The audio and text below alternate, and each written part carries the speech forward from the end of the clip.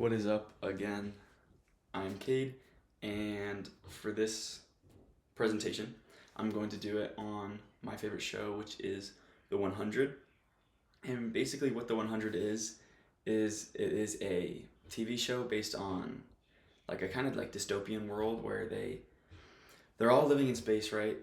And then because there's some nuclear battle, right?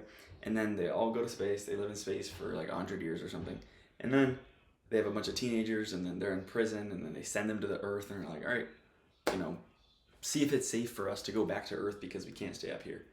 And then they are down there, and it's like their troubles and the world after 100 years, and it's basically like the very brief plot on what it is. And then I'd say my favorite part is probably like the very beginning when they first get down to Earth.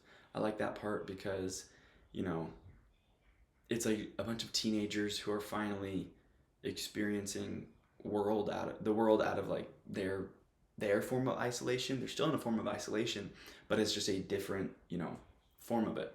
And I like that part because it's like a lot of them are rebelling against these wristbands they had on to, track them and make sure they understood what their health levels were.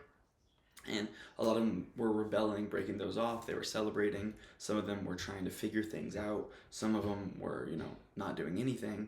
And it just shows a lot of, different experiences and how people handle things differently.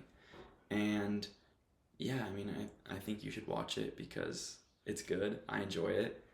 And it's probably one of my favorite shows. I like a few other ones, but that's probably my top. That's within my top five, I would say.